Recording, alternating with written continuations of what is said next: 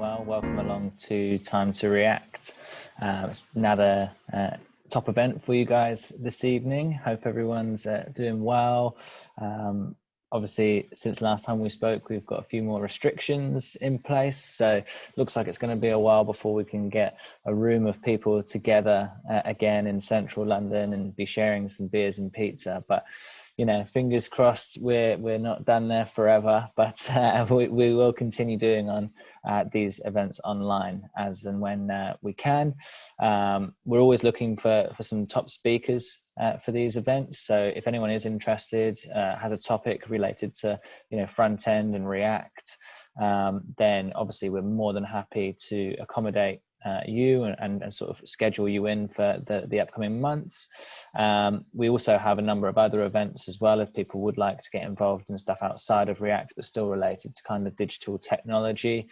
That's kind of what our main focus is. So you can check the other channels that we've got out on our on the Pusher playlists. So we've got Product Circle, we've got Tech Heads, we've got TA Talks, we've got QA Babel, and obviously, yeah, Time to React is one of the longest running and sort of biggest events as well. So, but I know that most of you guys will be here for the React content, so I'll stop plugging all the other ones that you probably don't care about right now, and yeah, get started with the event this evening. So it's great to see so many of you again. So obviously, this is a live event, as you can tell again from my incessant rambling. So if you do want to get involved, you know, just hit up the comments section, which is either on either side of me here. I got it wrong last time, so I'm just going to do that from now on. So yeah, feel free to just drop a comment, say hi, you know, just check in how everyone else is going. It's been a while since we've been able to sort of, you know, obviously get the React community all together. So this is hopefully one of those ways where we do feel a little bit more connected.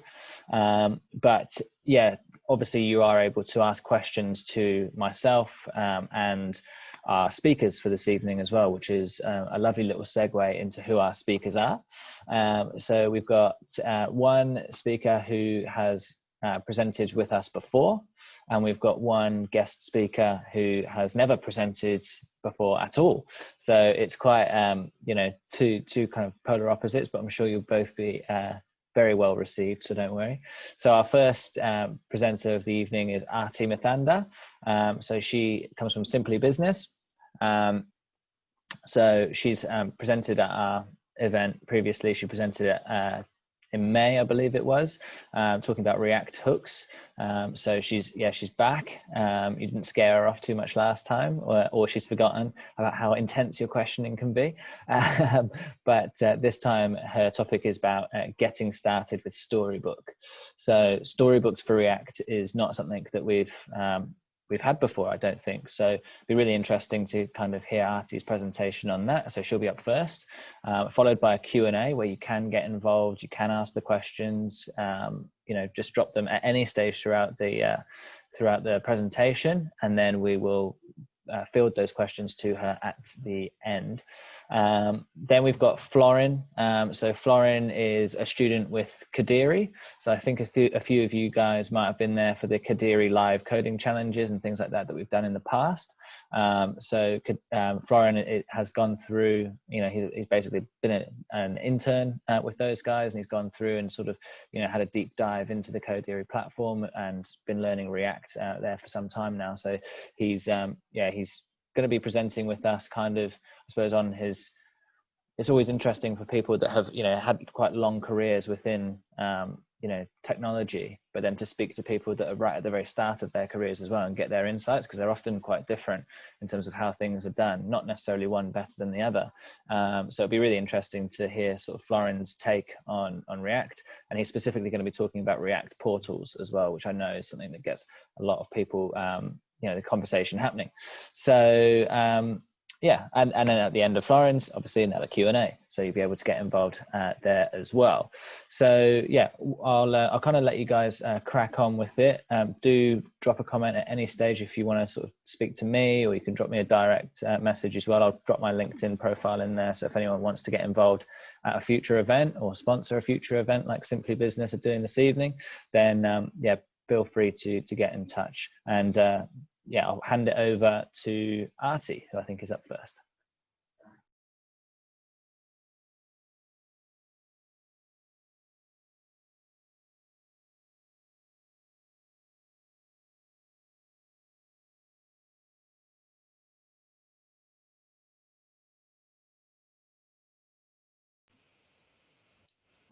Okay, I think I'm live, correct?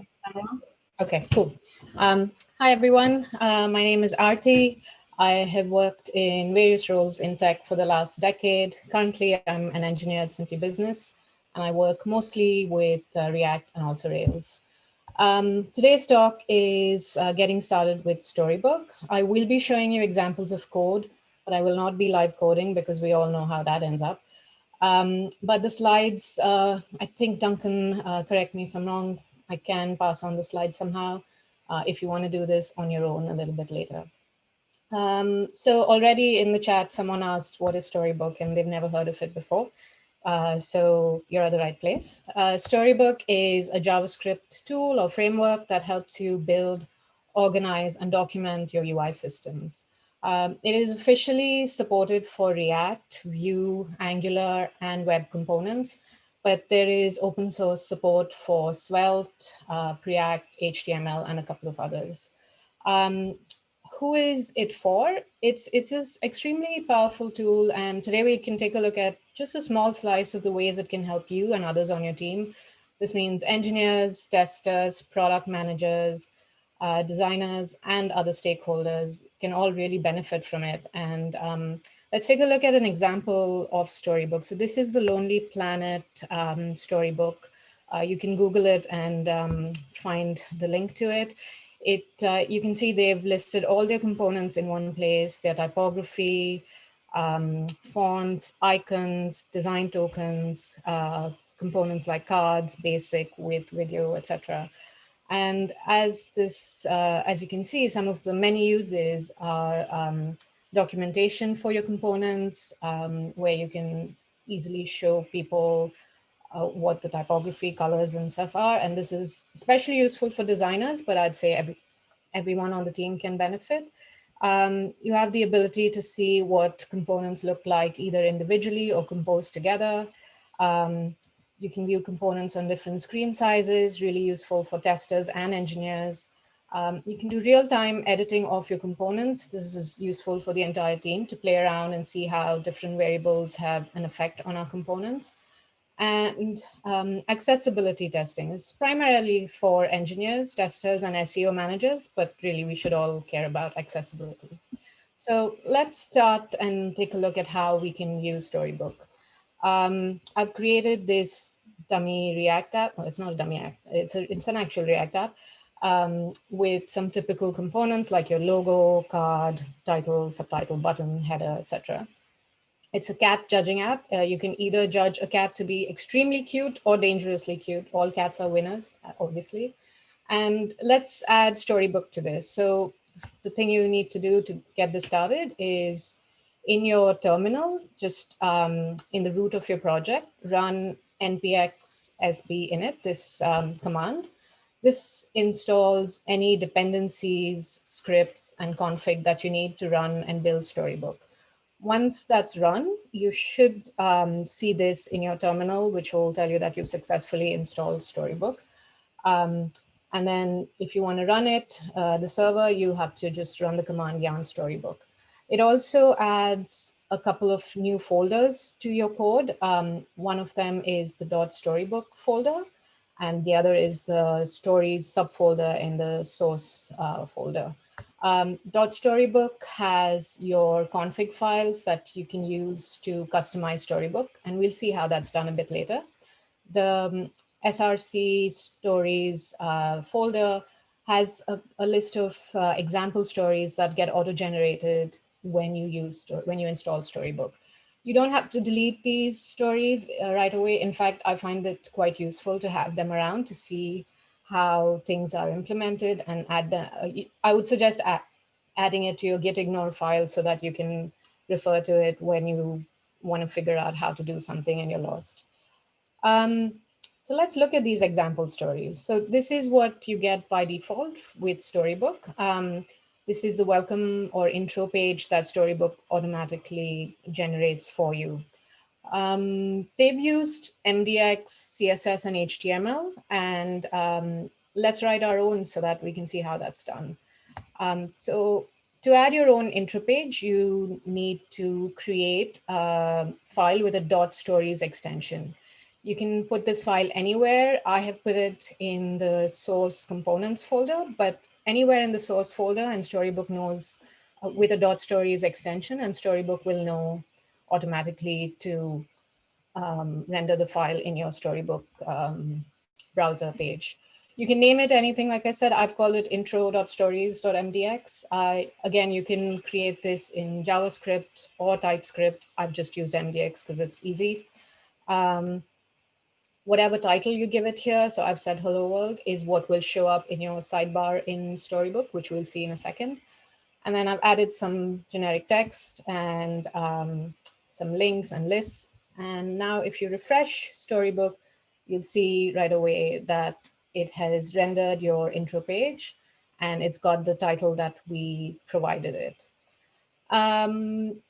One of the things that Storybook provides to extend the user, the functionality is add-ons. And the first add-on we'll look at is viewports. This comes out of the box. And if you look at the toolbar at the top, you'll see that by default, you get 3 viewports, which is small mobile, large mobile, and tablet. And you can use this to test what your app looks like or your components look like on various screen sizes. Of course, you can add more viewports. Storybook gives you a list of viewports called initial viewports. That's about 15 commonly used devices for both iOS and Android. You would go to do this, you go to your config file for preview called preview.js, and you'd import all those initial viewports from Storybook. Once you've done that, you add that initial viewport to the viewport object in the parameters. And now if you refresh Storybook, you should see that you can pretty much see a list of those 15-ish devices that I mentioned, basically iPhone and some Android ones. What if you're working on a specific device that's not listed here? Like let's say you're building an app for the Nokia 3310. You can add that as well. Again, going back to the preview.js file, you would create a custom viewports object and then add the details about the device you want to show up in the viewports. In this case, I've just added Nokia as the name and then the width and height of the screen. Once you've done that, you then add the custom viewports object to the parameters. And now when you refresh, you should see Nokia has been added to that drop-down list. And you can view what your app looks like on the Nokia phone. And next, let's get started with adding our own stories. So throughout this talk, for the most part, I've used a card component as an example. And here is our card component. Nothing special about it. It's just got some props like title, image, alt text, etc., and then what gets rendered. To write the story for this, we will create a .stories.js file. I created it in the card folder because that's standard practice. You don't have to, but that's the best practice to do that. To do the rest of it, other than your expected imports like React and your card component, you create a default export which contains the metadata that controls how Storybook will list your stories. Later, when we use add-ons, any add-on specific information will also be provided in the default export. For now, we'll just add a title, the component that we want to render in our story. Next, we create a function called template. This is basically a template of how you want your args to map to what is rendered. Think of args as your props for the component. After that, we bind this template function to the story we want to show and create. It can be reused across any other stories you create, and we'll see how to do that in a bit.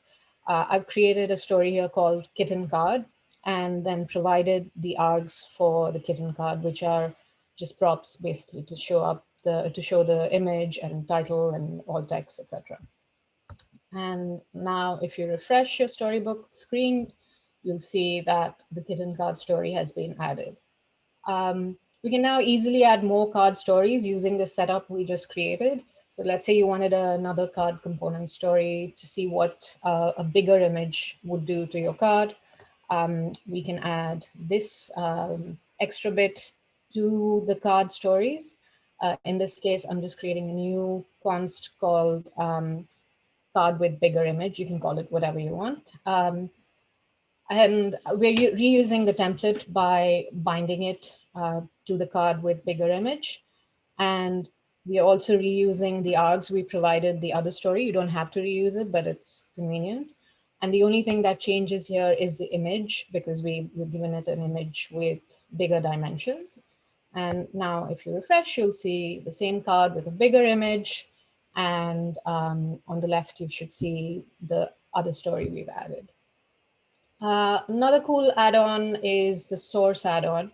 And if you want to let your Storybook users see the source code for your stories, this is what you would use. It's not installed by default, so you'll have to run this in your source code in your terminal. And once you run this command, you have to also update the other config file, which is main.js, and make sure that this add-on is listed in your add-ons list. Once you do that, you can see that the card story is now listed in the story tab in Storybook. Another really cool add-on which comes out of the box is the background add-on. This is used to see what your components will look like against different backgrounds, as the name suggests. I've created this header story already. And in the toolbar, there's an option that you can see for the background color of your page. So you can see right away that by default, you get light and dark. You can, of course, add custom backgrounds that are specific to your app. So let's say your app has certain limited colors that can be used as a background. You can add those to the dropdown. And the way you do that is you go back to your preview.js file. And in your parameters, you add a new object called background. And you can give it the optional default color to show. If you don't show that, it'll just be plain white. And then you define the values that you want your other colors to have. So I've just given it some default neon and dark.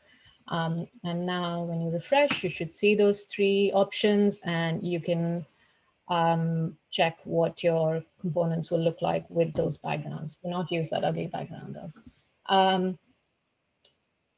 One of the most powerful add-ons is the doc add-on, which again is installed out of the box.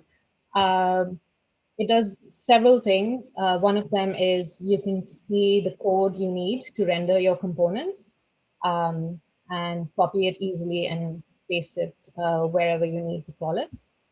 The other cool thing it does is it shows you all the props that are used in the component, and along with the props, it shows you the prop values, or as Storybook calls these, controls, not prop values.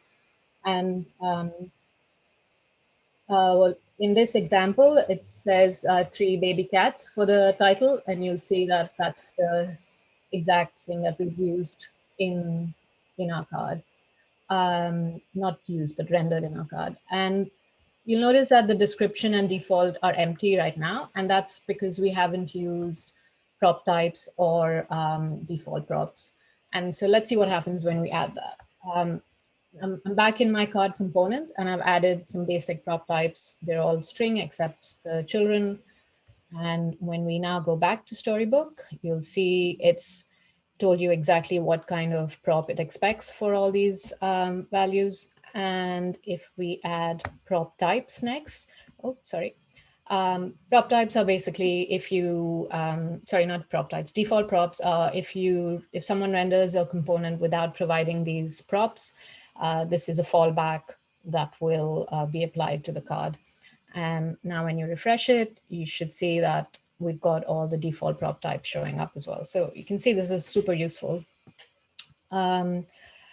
As we talked about controls earlier, let's see what else you can do with them. So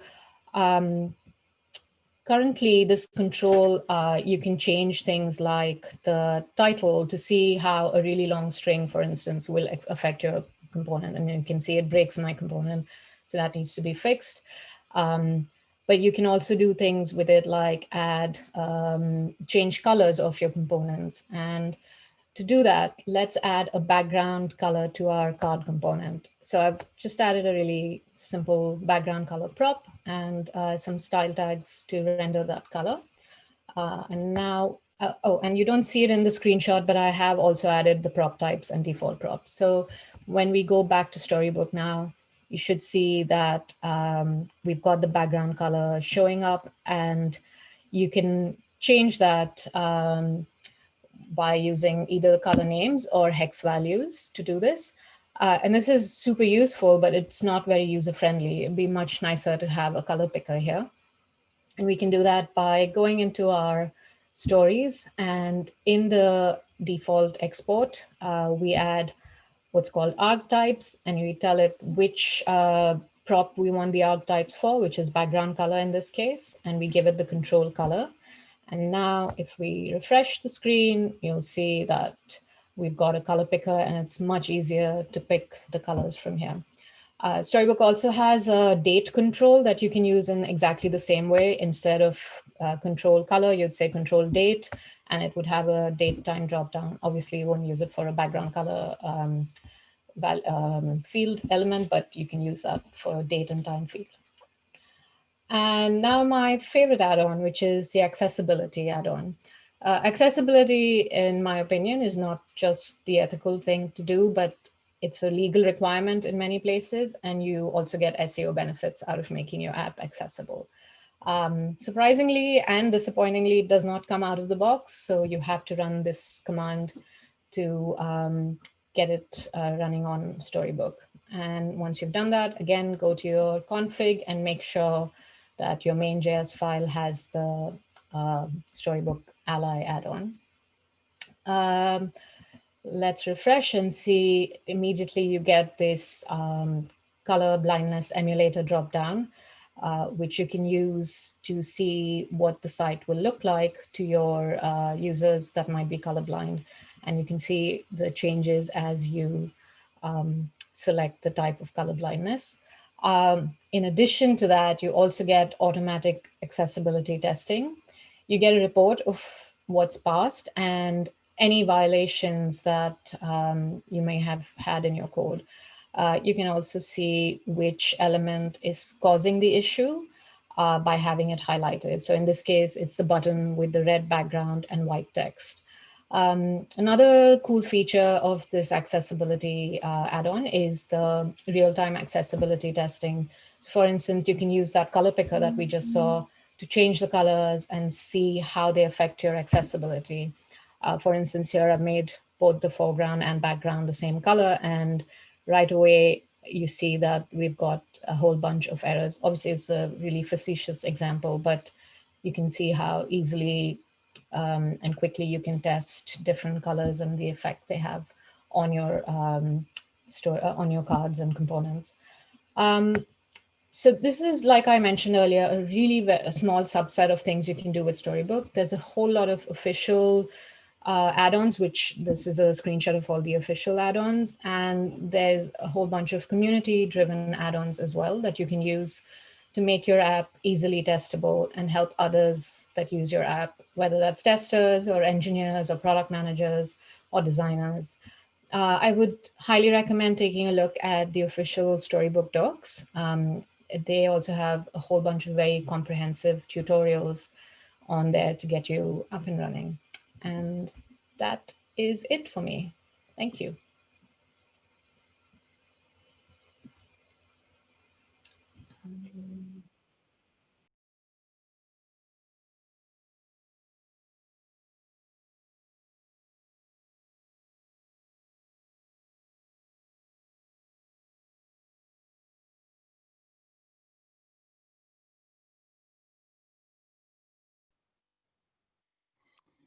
Great, Arti. That was fantastic. Really, really interesting. How was it? Slightly different style of meetup. How was it for you? Now that it's over, I'm happy. So It's normally the case. Normally the case. Well, you got the hard bit to get through. So, Florin, thank you very much for taking the time this evening to take part in the meetup as well. Nice to see you. What were your thoughts on Arti's presentation? Yeah, very interesting stuff of collaborating between developers and designer, obviously on the front end, covering pretty much every type of component that we can work on. Just a single question I have for Arti, not a very big one or very hard. That's okay. Yeah, go for it. Go for it. I was very keen on the testing capability of Storybook. I can say that it's quite similar, obviously, with the dev tools in some browsers, especially in Chrome. What are the pros and cons versus to use one or the other, from your opinion? I would say they're pretty similar in terms of, like, even in dev tools, it's not the real device. So you just get an approximation, the closest approximation possible. The benefit of using Storybook over your dev tools is that you don't have to have the app running locally, or you don't have to use one tool for viewports and then use Storybook for something else. This has like most of your stuff in one place. Storybook also lets you do snapshot testing. So it's all like one really easy, convenient place to do all of that stuff. All right, got it. Thank you. Sure. Fantastic. Well, we've had a number of questions coming through in the comments section. So obviously, guys, we'll field as much of them as we can. Anything that we miss, maybe Arti can kind of scroll through afterwards when Florin's doing his presentation and just kind of fill in any of the gaps. But I'll just sort of pick a couple of them if that's all right. I suppose the first question that we had was around the link to your slides. So are you going to be able to share those with us afterwards? Absolutely, yeah. Fantastic. Yeah. So that I don't know how. I'll just email it to you, I guess. Exactly. Yeah, we'll be able to put maybe a Dropbox link or something like that on LinkedIn afterwards. Once we'll figure it out. Okay. Hopefully that's the easiest question that you got. Well, actually, hopefully it's the most difficult. But perfect. So. And one of the questions I had was, how much can you edit in Storybook? I am not sure what that means. That question's from Sumit, so that was pretty much. Yeah, I see the question. You can edit pretty much all your props that were listed. I don't know if you mean editing the actual component, but you can't actually change your component through Storybook. You can just view it and change your props on the component. I don't know if that answers the question. Yeah, perfect. Well, maybe if it doesn't, Sumit can elaborate a little bit more. Yeah. And then he's asked another question. What about the responsiveness of Storybook? You can test for the responsiveness of your components, but if you mean, does the Storybook browser window itself, is Storybook responsive? Yes, it is. Okay, perfect. And I think you were quite quick on one of these questions on here from Brian that you were able to actually answer that before we got going. So I'll leave that one. And then in terms of how is Simply Business integrated and used with React? So questions from Rob. Yeah, so we do use React internally as well. We have our own UI system that we're currently building up. And we use Storybook to document this. And actually, the idea for this talk came from seeing someone implement the accessibility add-on, and I really loved it. And I was like, I want to learn more about it, and that's why I did the talk. Yeah. Perfect. Thank you. So I'll ask you one last question, and then you're able to crack open a bottle of wine and celebrate. And then you can drill Florin when you're half drunk afterwards. But so another question from Sumit, who I think has lots of questions for you. Obviously found it very, very informative. Is it similar like Material UI? No, Material UI is used more to design your components. So it's like it's kind of like Bootstrap where you use it to design your components. This is more to show your components and showcase them and test them. Okay, perfect. And I've lied to you completely because we've had one more question come through while you've been saying that. So I promise this will be the last one. Okay. No some systems have their own stories in Simply Business. That's from Pablo. I think that might be more of a comment than a question. Is that true? I don't know whether that's a question or a comment. I think it's a comment. I think it is a comment. And if it's a question, I don't know what to say to that. So yes, Pablo, that's right. He's my manager. So there you go. Yes, so he's just elaborating a little bit further for you. So I didn't lie. You were done with the questions, but that's very good. Well, yeah, thank you very much again for taking the time to do the presentation for us. I know that you'll be sticking around and joining the Q&A at the end of Florin's talk. So Florin, I hope you're feeling good, and we'll be patching over to you now. Good luck, Florin.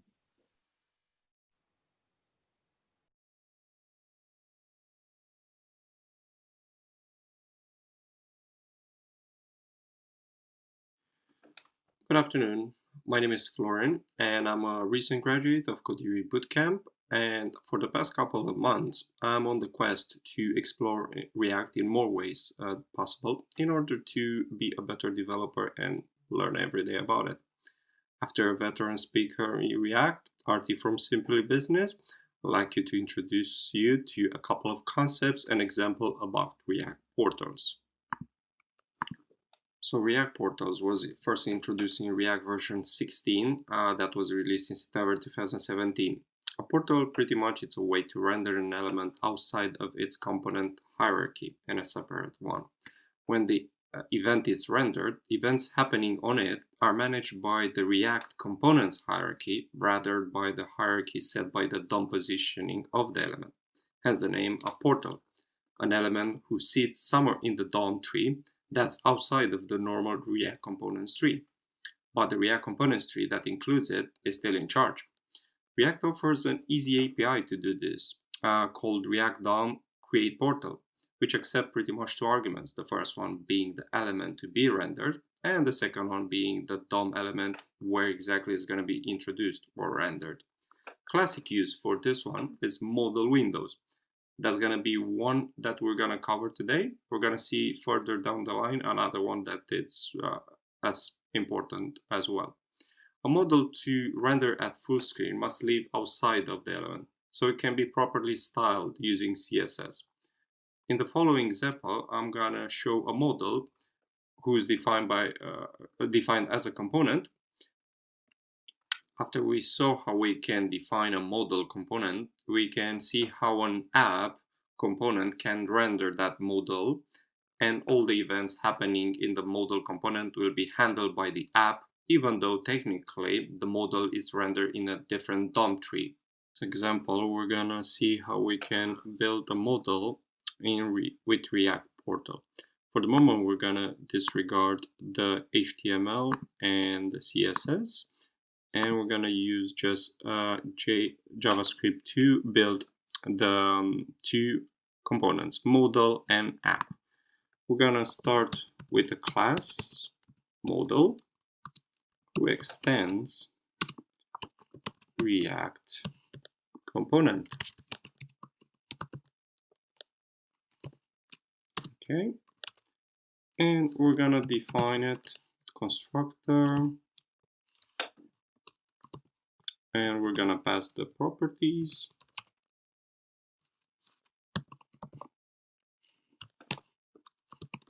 Okay. Next, we're gonna use the adjective this in order to bind everything together. And we're gonna pretty much create using the create element to create a component called div. And we're going to define in the same time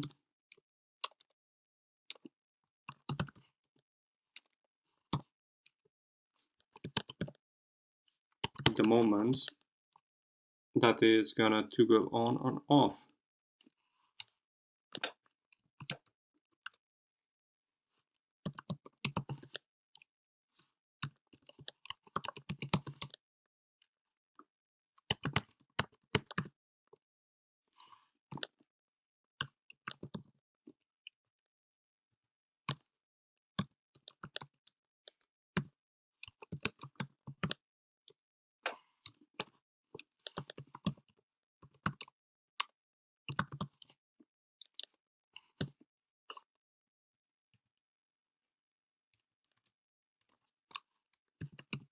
And when the component is gonna be unmounted.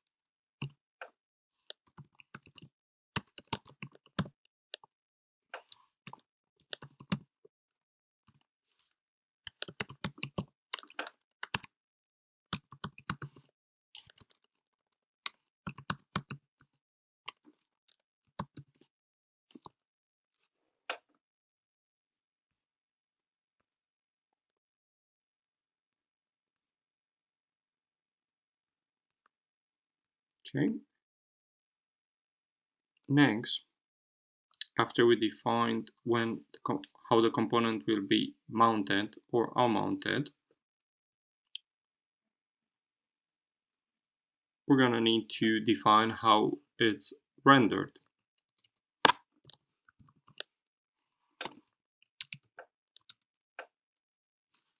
In this case, we're gonna return into React DOM, where we're creating pretty much a portal, and with adjective this, we're gonna pass the properties from the children to the element in the DOM tree.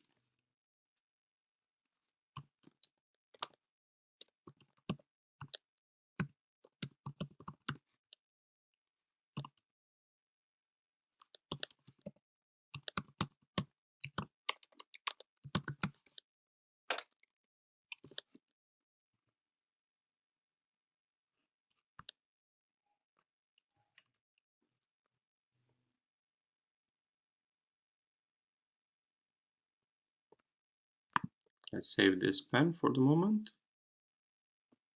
And we don't have anything for the moment to show for, but let's define lower the root element that is gonna render it, and that's gonna be the app component. Let's define the app component, which obviously extends the React component.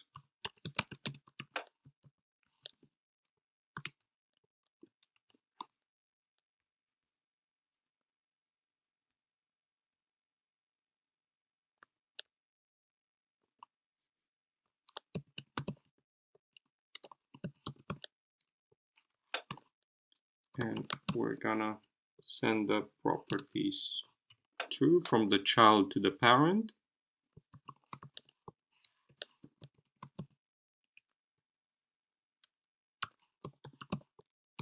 And here we're gonna define how we're gonna handle the state when the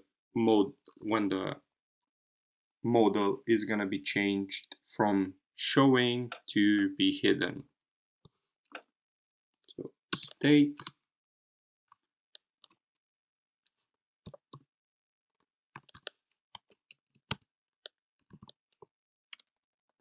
bit of a typo. Initial state for the model we're gonna be hidden, so we're gonna put it as false.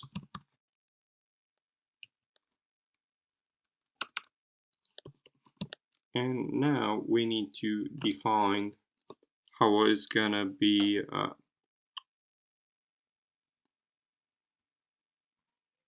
handled.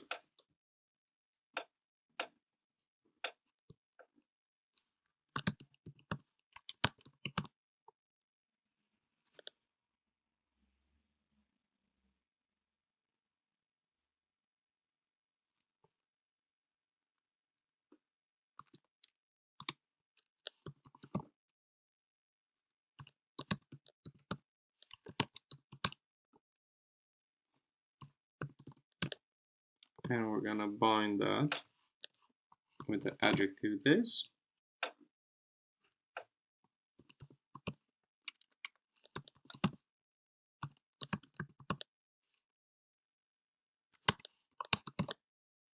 This time we're gonna define the hide part.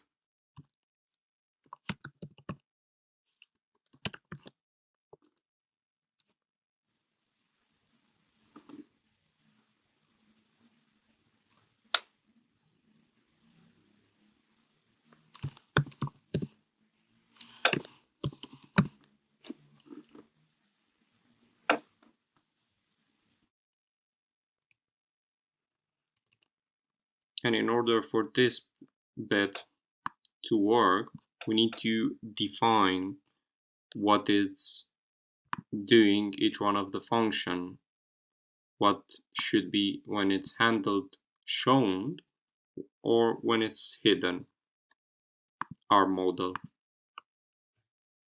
So we're going to define handle show as having the state, too many caps locks, of show model being true, because we're showing that one in our case here. And we can define handle hide. We're gonna bind with this, and we're gonna define the state as to show model state in certain condition. We can use a ternary operator in order to define that. What we're gonna use here is gonna be defining how model can be shown. Let's close that model element as well.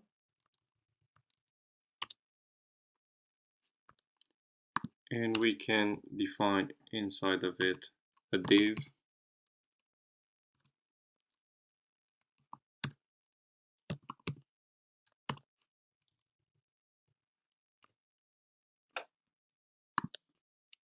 make sure that we have the correct indentation here. And inside the div, actually, we don't need it on the different one. We can have the modal text. And we can define a button in order to action it. Let's write that one. Button. And we can have an event handler that's gonna be in our case on click, and we're gonna define how that's gonna be handled. It's gonna be by our function that we just wrote a bit earlier, handle hide, in case we have the model being shown. Let's close the button. And we can write a free text, hide.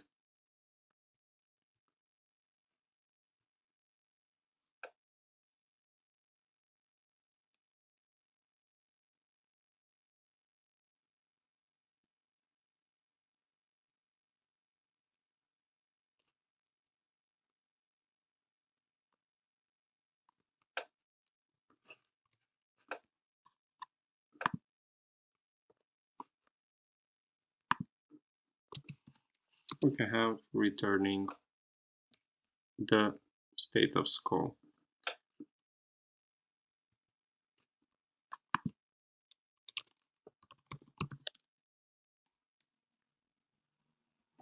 and we're gonna define the return statement, or we can use the same div.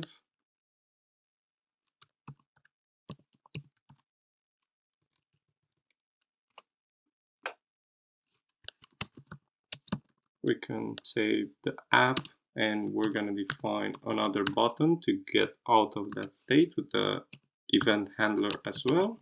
Same on click.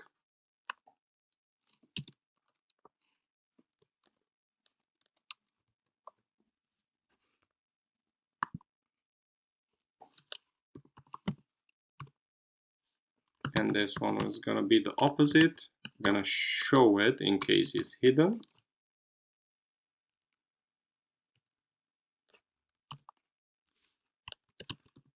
Show model.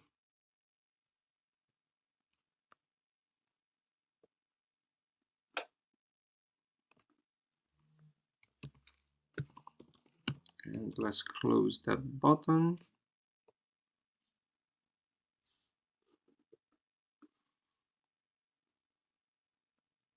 And we just forgot here to put our button closing.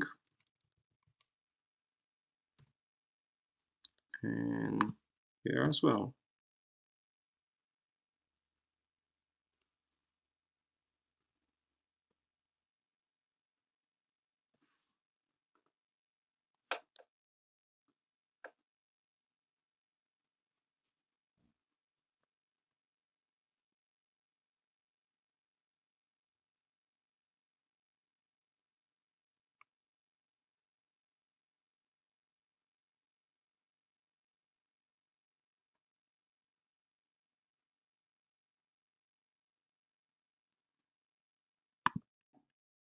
We're gonna need to have the model shown in between here. Let's restructure it a bit to be better seen.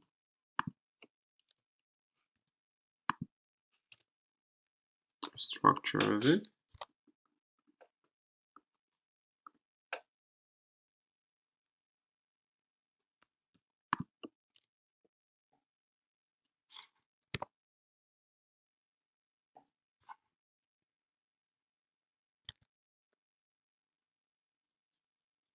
Okay, and at the end, let's declare the React DOM render, and we're gonna render in app.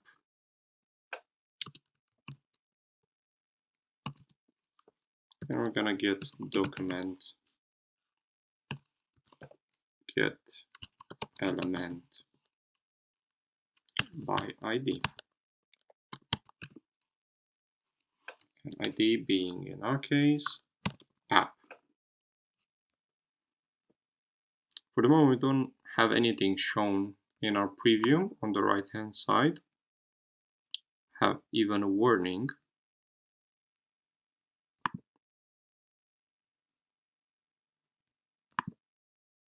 Okay, let's debug that a bit. It's on line 42, 43. Have model.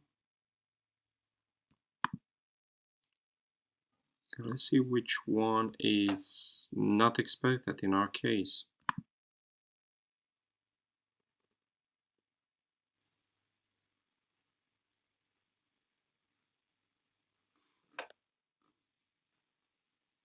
Seconds where the technical problem was solved. Let's continue and define the HTML that everything is gonna be rendered into it eventually.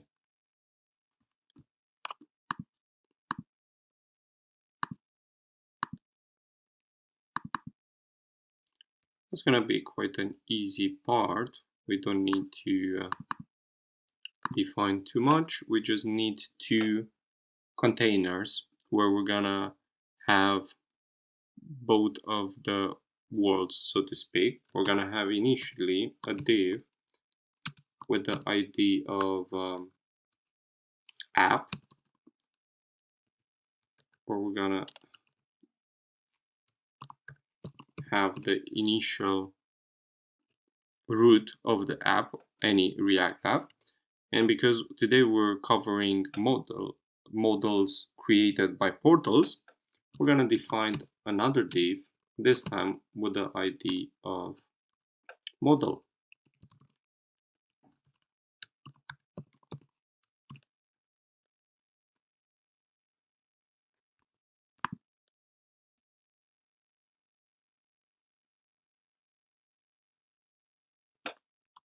With styling our model with a bit of CSS. We're going to define the model selector with the position of relative and a z index of 999.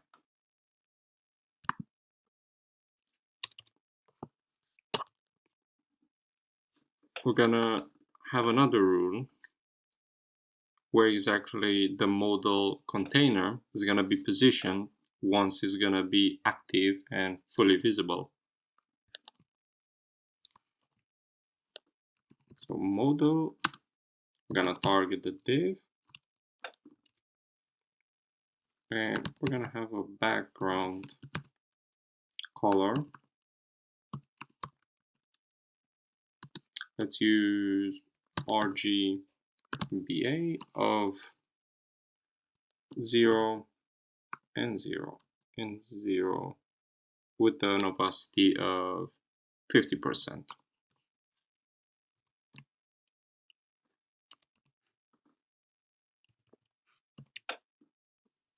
And we're gonna have a position fixed.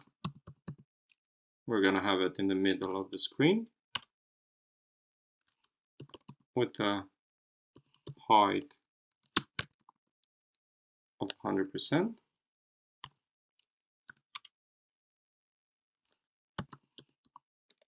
And width of 100% as well.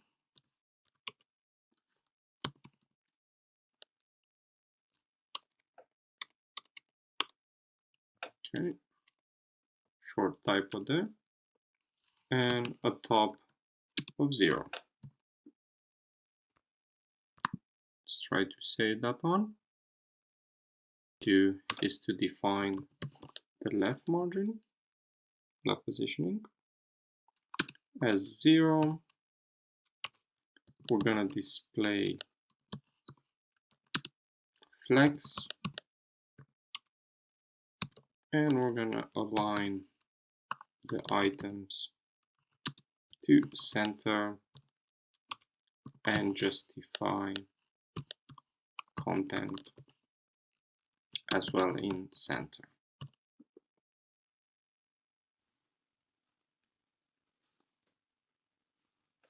Okay, let's double check that. So we have position fixed, height being 100%, width the same, top and left being 0, display being flex, align items with center, and justify content as well in center. And we did forget to include the closing brackets. Let's save that on.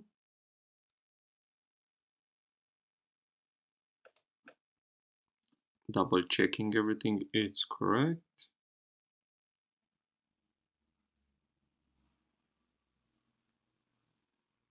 Be the end result where we're hitting the initial state being false, the model is not shown, and when we're hitting the button that we define in JavaScript to show model, we're gonna have the state of being shown.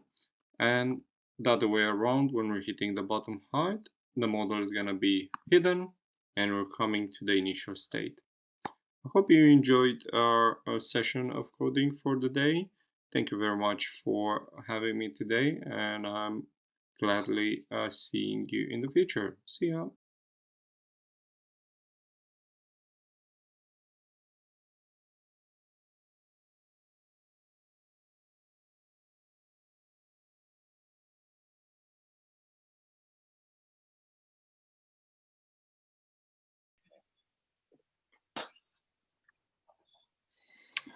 Great. Florin, that was awesome. Thank you so much. How was it? I know this is your first time. Hopefully Well, we were fairly gentle on you. Hopefully these guys are going to be very, very gentle on you. How was it for you? yeah, it was a bit nerve-wracking, but I got over it eventually. Good, good. Well, you definitely got the people talking and everything like that, so it's great. I think there's a couple of people potentially that would like to know a little bit more about the Kodiri platform to start off with. I know that Pusher have been on there and they've been talking about how there are some videos to refer back to as well, but I know that that's not just all they do is post videos. If you can just tell us a little bit more about the actual Kodiri platform that you've been so heavily involved with.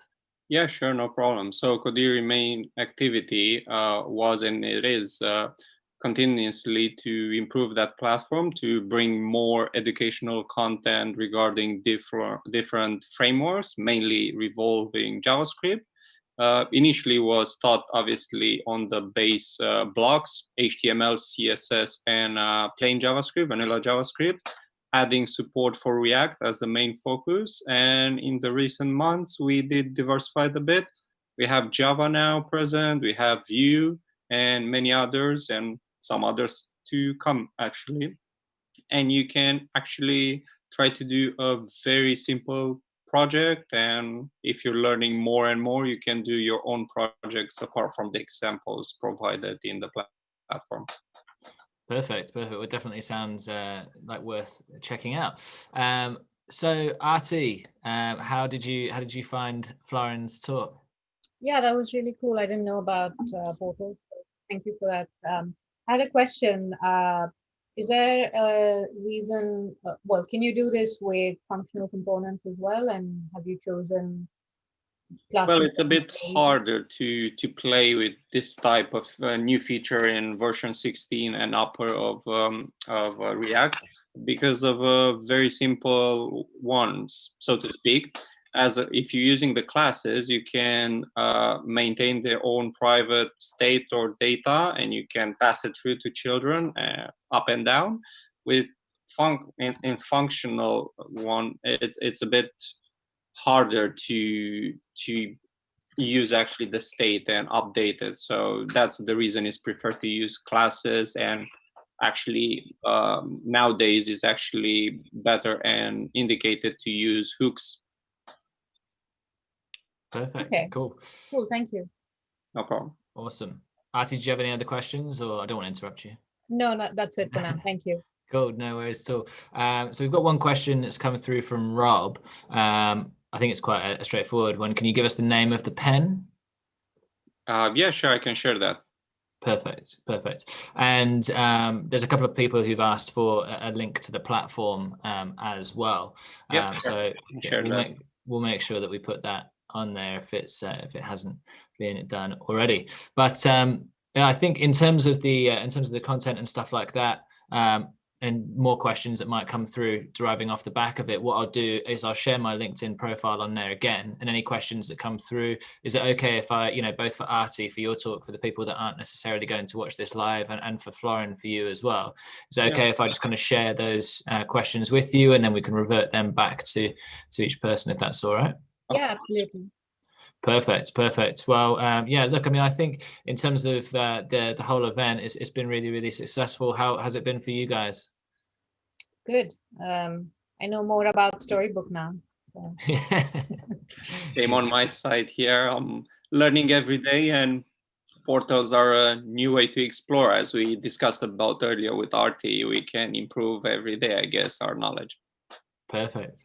Fantastic. Well, yeah, thank you both very much. I suppose final question from myself would be, if you had some advice to give people who were thinking about, maybe getting involved in doing a React presentation live on YouTube. It's not necessarily something that people have done before. Even it doesn't matter how many times they've stood up there with a microphone. What advice would you each give them? I can go first. Pick a topic that you want to learn about, and then this kind of forces you to actually learn as much as you can about it. And I've spoken in person and I've spoken like this through remotely, and this is much less pressure, so you should definitely try it while COVID is still ruling our lives. and have a chance.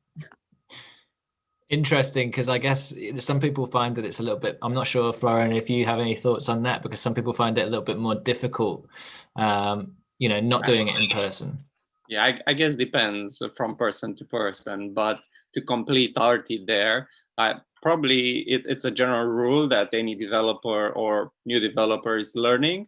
If you're learning a bit of new stuff, as Arti and myself found ourselves today, doesn't matter if you read or did some code testing or pen testing in my case.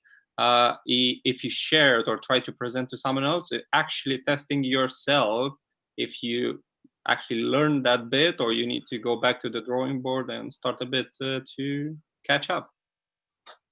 Yeah, exactly. No, that's good advice. Good advice. So I'll be able to snip this bit of the video and send it to people when they're having reservations about doing it. But it's great. But look, guys, thank you both so much for taking the time. Thanks very much to everyone for getting involved and, obviously sharing their thoughts and things like that as well. It's great to get the kind of community back together while we're all in our own little bubbles, pun intended.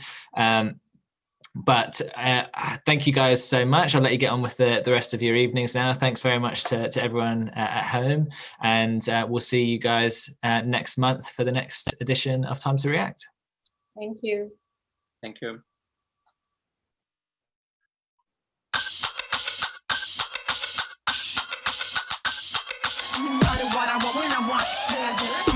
See you later. I'm about to blow this.